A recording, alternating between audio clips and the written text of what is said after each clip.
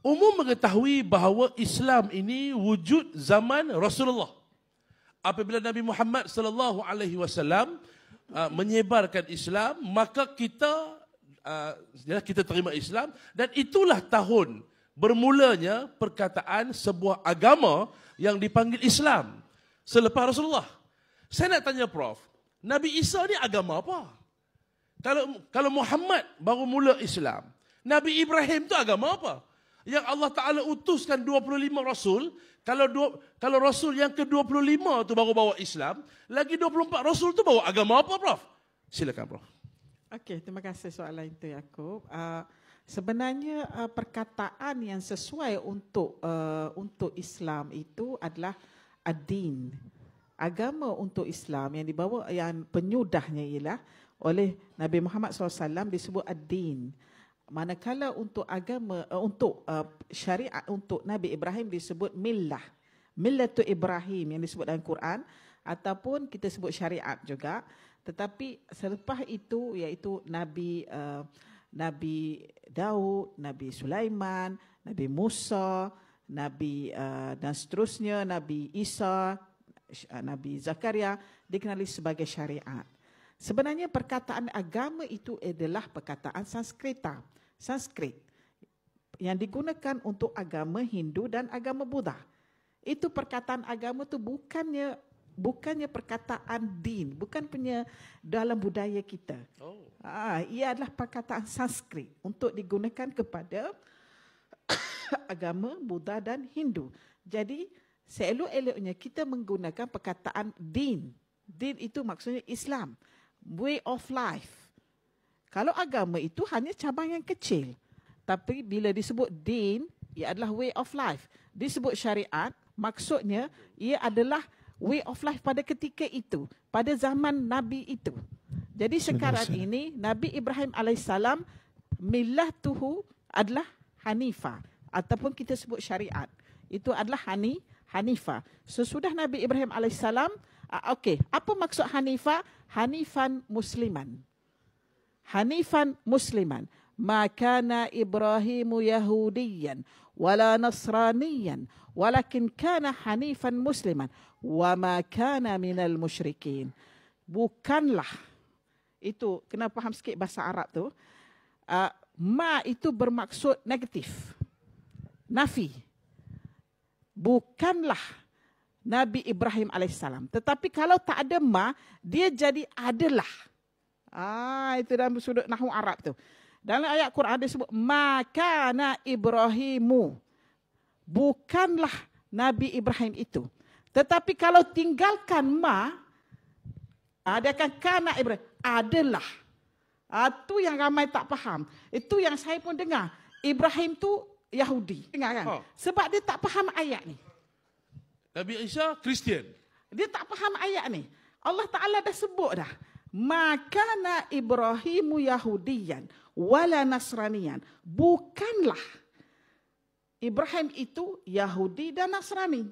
Walakin kana Hanifan Muslim. Tetapi baginda adalah Hanifan dan Musliman. Hanif. Agama Hanif dan Musliman. Dan Hanif ini adalah sama akidahnya dengan Islam. Musliman tu ada dah selepas Hanif Musliman tu. ada. Maksudnya kalau dari kaedah nahu, Musliman itu sifah kepada Hanif. Hanif itu mausuh kepada Musliman.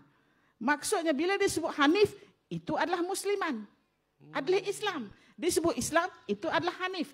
Tetapi Ibrahim pada waktu itu dikenali sebagai Hanif. Dan selamat. Hanif itu lurus. Lurus dan selamat. Itu Ibrahim. Wa ma kana. Disebut, Allah Ta'ala sebut sekali. Dan bukanlah wa ma kana minal musyrikin. Bukanlah orang-orang yang musyrik. Maksudnya Yahudi dan Nasrani itu musyrik. Ditegaskan sekali lagi kenyataan yang terakhir itu. Maksudnya di sini Yaakob, Nabi Ibrahim alaihissalam itu Hanifan Musliman. Orang berfahaman kepercayaan Hanifan yang Islam.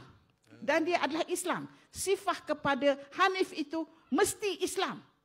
Menyembah Tuhan yang satu. Menyembah Tuhan yang satu.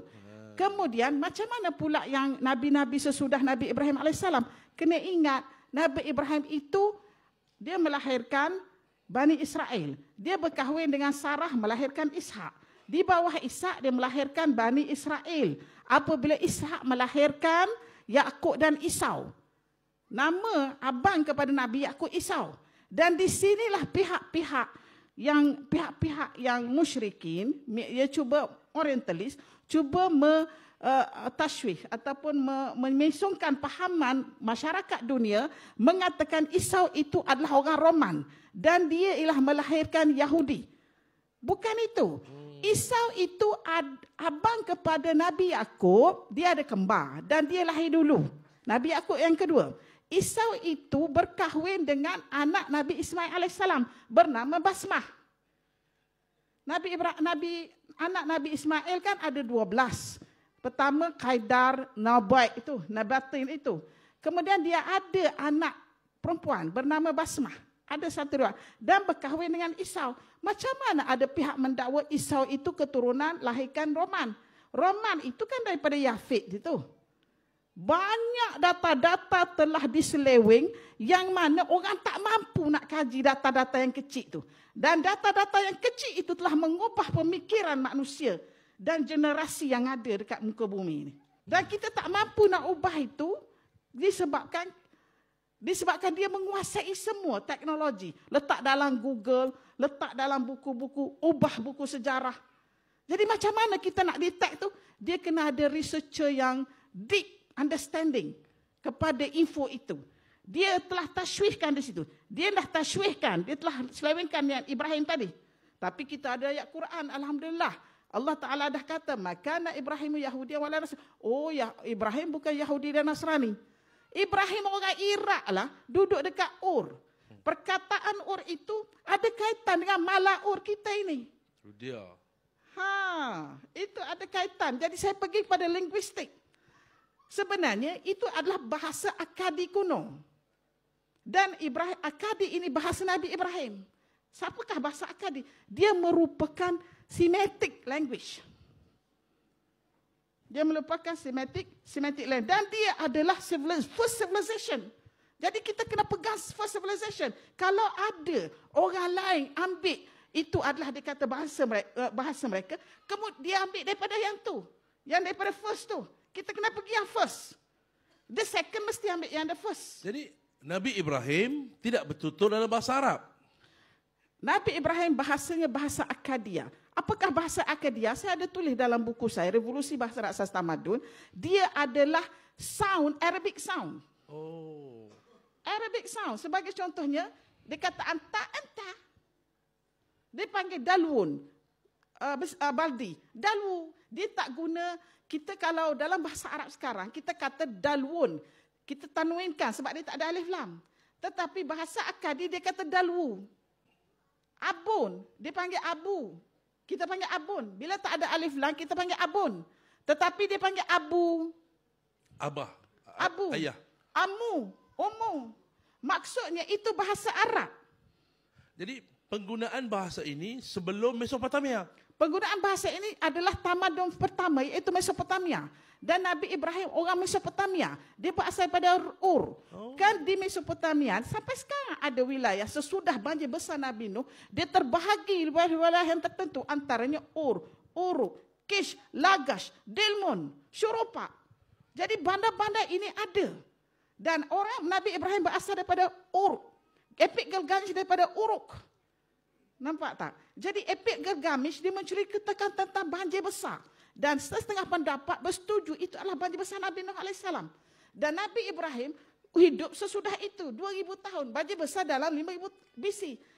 Nabi Ibrahim sekitar 2500 hingga 2000 BC. Betul. Lebih kurang itu. Jadi penceritaan itu kita tahu. Saya tak tahu kenapa setengah-setengah daripada kita, orang Malaysia ini, ada yang mahu tahu, ada yang menentang, ada yang mengatakan itu adalah dongeng. Itu bukan dongeng, itu memang tercatat. Jadi saya rasa kita kena buka fikiran kita. Sudah tiba masanya kita mengetahui tentang benda-benda yang ada tercatat dalam kitab-kitab klasik ini. Even dalam Orientalis pun ada yang menceritakan benda yang betul. Saya rasa kita kurang mengkaji tentang alam antiquity ataupun ancient ini.